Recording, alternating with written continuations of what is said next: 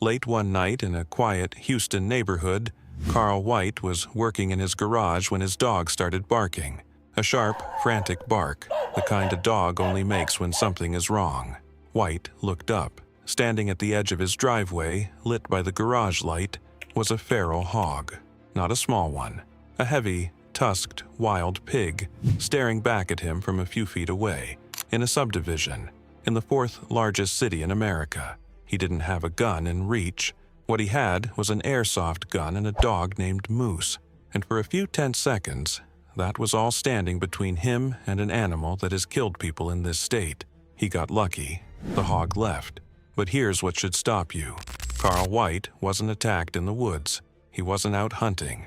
He was in his own garage, in his own neighborhood, in the middle of Houston, and the wild boars had come to him. This is happening all over Texas right now, and it's getting worse. Texas has an estimated 2.6 million feral hogs. That is not a typo.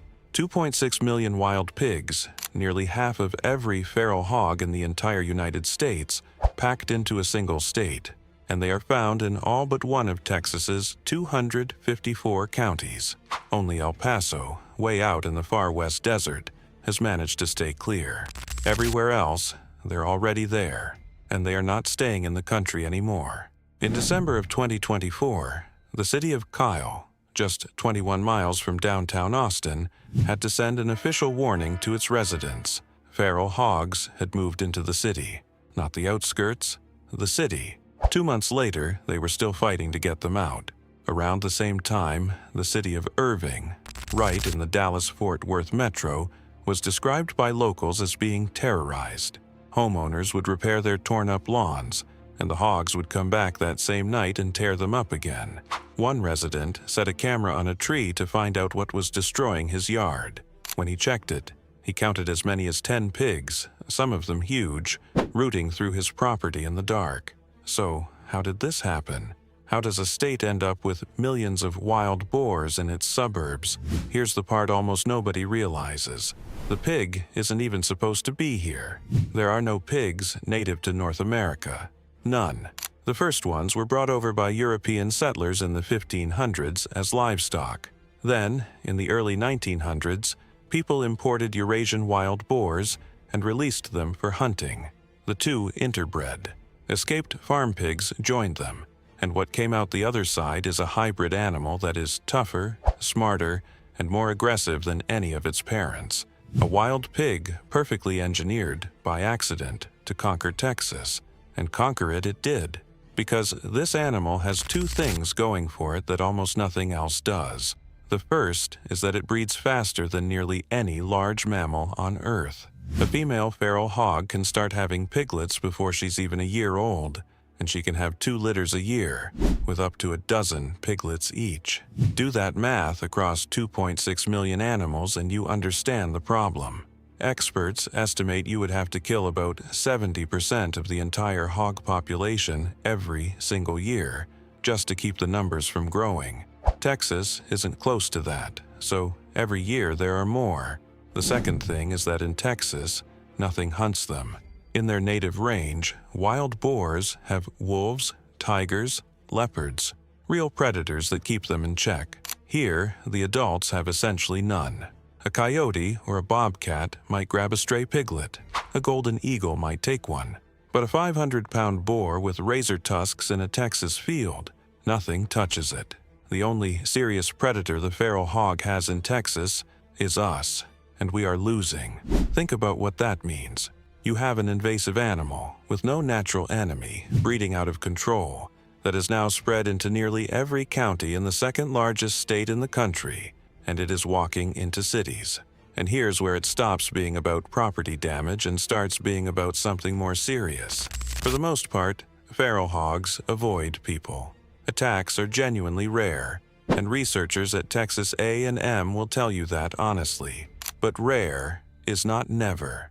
In 2019, in the small town of Anahuac, about 40 miles east of Houston, a 59-year-old woman named Christine Rollins arrived before dawn to care for an elderly couple she looked after.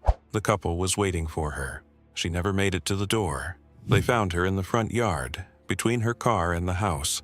She had been attacked and killed by a group of feral hogs. The medical examiner's ruling was as blunt and as horrifying as it gets. She had bled to death. It was one of fewer than half a dozen fatal feral hog attacks ever recorded in the entire country, and it happened in a Texas front yard on an ordinary morning to a woman just going to work. That is the rare, extreme end, but the near misses are becoming common. In 2025, in Irving County, a 13-year-old girl was attacked by a wild hog and had to be hospitalized. In Houston, Carl White fought one off from his own garage.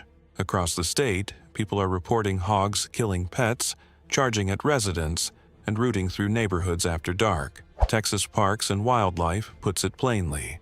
Any wild animal has the potential to be dangerous, and a feral hog's speed and razor-sharp tusks can cause serious injury.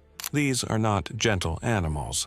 A large boar can weigh several hundred pounds, run at a person faster than you'd believe, and carry tusks that work like knives. And even when they never touch a human being, they are doing staggering damage. Feral hogs cause an estimated $400 to $500 million in damage every single year in Texas alone. They destroy crops. They tear up ranch land. They uproot entire lawns overnight, root through neighborhood trash, and cause car accidents when they wander onto roads. They carry diseases that threaten livestock and the pork industry. They contaminate water sources. One city near Austin tied over $2 billion in cumulative damage to the animals. This is not a nuisance. It is one of the most expensive and destructive invasive species problems in the United States, and Texas is the epicenter of it. Now, here's the honest question a skeptic would ask. If Texas has been dealing with hogs for decades, why is this suddenly a bigger deal now? Why are they showing up in the cities now? The answer is a collision of two things. First, the hogs kept breeding. The population just kept climbing, decade after decade, faster than anyone could cull it. And second, the cities kept growing. Texas is one of the fastest developing states in the country. Every year, new subdivisions push out into land that used to be brush, farmland, and creek bottom, the exact habitat the hogs live in. So it isn't only that the hogs are moving into the neighborhoods, it's that the neighborhoods are being built directly on top of the hogs. Development follows the creeks and the green space, and the hogs use those same creeks and green space as highways, moving straight into the heart of San Antonio, Houston, Dallas, and Austin, along the waterways that run through them.